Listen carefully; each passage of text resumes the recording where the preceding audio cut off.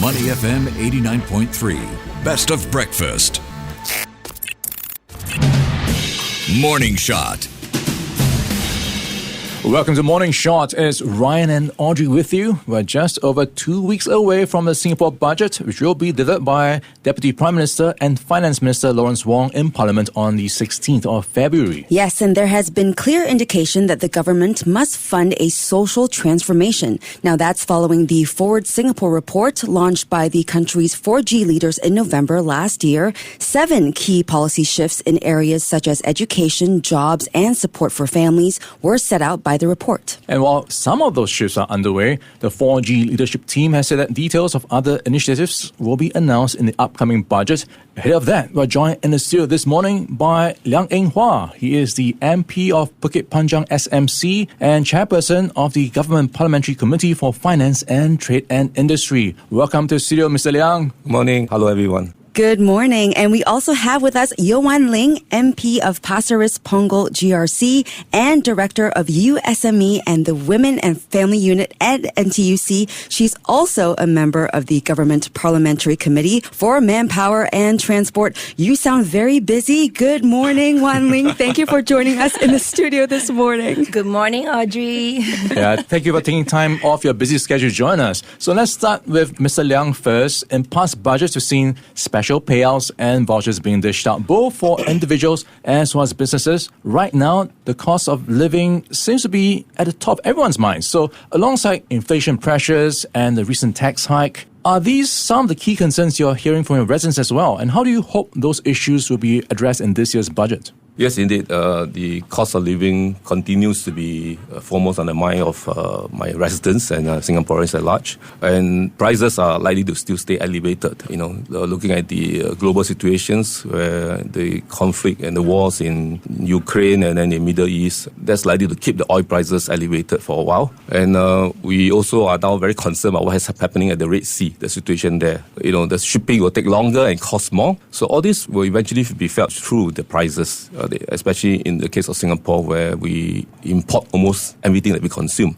So that is really clearly a concern on the ground. The government has done quite a fair bit over the last few years, including some off-budget measures to support. And I would expect this current budget to see this continued heavy doses of support there to help households, to help businesses.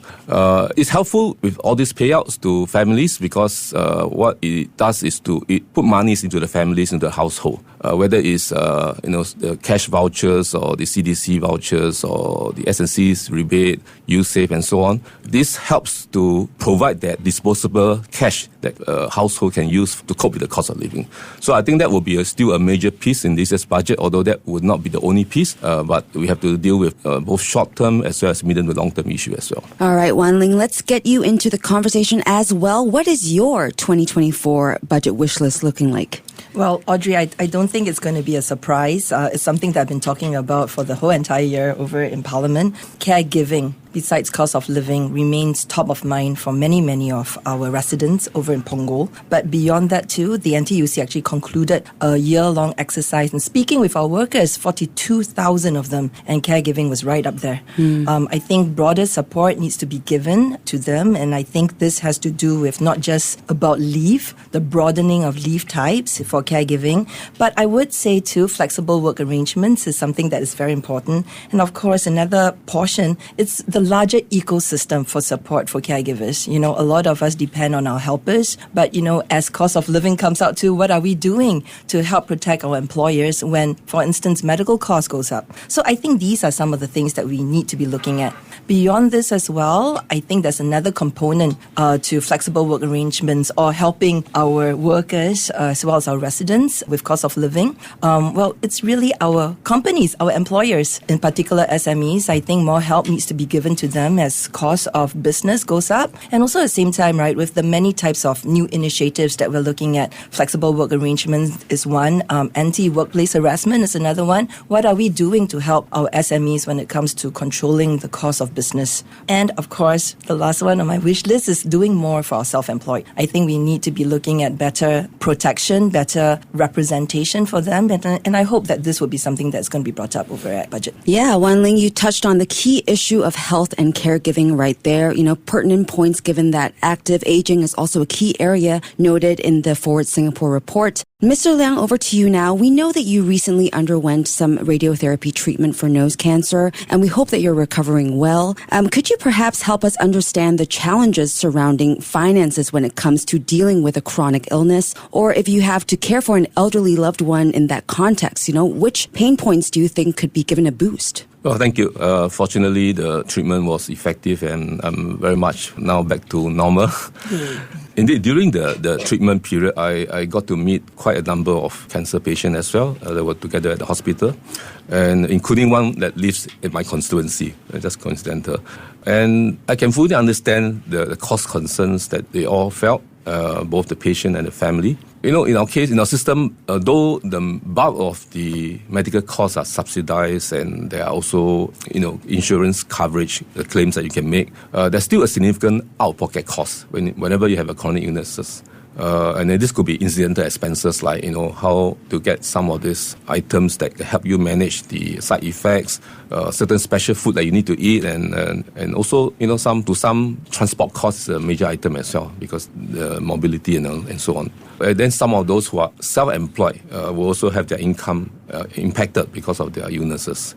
So I think we need more whole of the system, whole of society support, and including at the local community level.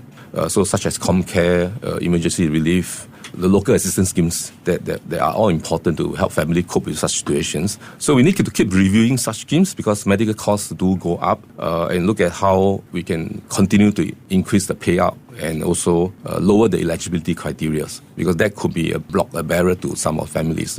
So we in my constituency we do look at all these schemes very sympathetically. We also enhance some of the scheme with some contributions. But overall, I think we should continue to encourage Singaporeans to improve their insurance coverage where they can. And then schemes like CareShield Life, for example, are important for seniors. We need where they can provide them the basic financial support or any event of any severe disability. So these are all important pieces that must be put in place so that there's better financial security to deal with chronic illnesses. Yeah, important pieces. Now, talking about support, Ling, the labour movement made several key recommendations which were considered in the Forward SG exercise when it comes to helping various segments of workers such as those in mid-career as well as those who are retrenched. What additional support do you think is needed? Well, Ryan, that there's something that a lot of people don't know, but there's actually 260,000 women of economic age who are not in the workforce now. And I think, we need to find ways to help bring them back to the workforce if they so intend to do so. I think it's important for us to create opportunities for work, bring in flexible work, because many of these women, the reason why they're not working is because they're caregivers. And, horrifyingly, through some of our surveys, we found that a lot of them were also busy with housework. So some of the men out there would be good to help your women.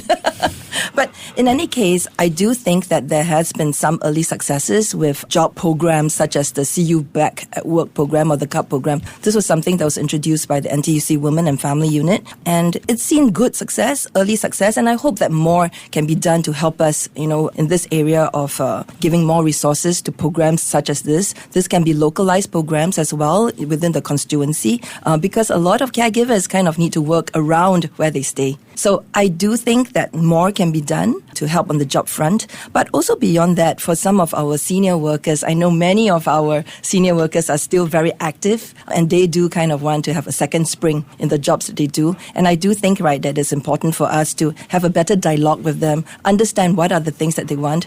We do know that flexible work is also something important for them. They kind of want to balance out or have harmony between their new second job as well as, family. But beyond that, what are some of the other things that they might be interested in? Could it be a different type of job role? Could it be even a different industry? And what are we doing in that whole redesign process and the re-employment process to get them suitably engaged? Well, in a very dignified and happy way in a second career. Yes, Ling, to your point, dialogue is really key to find out what's important to people.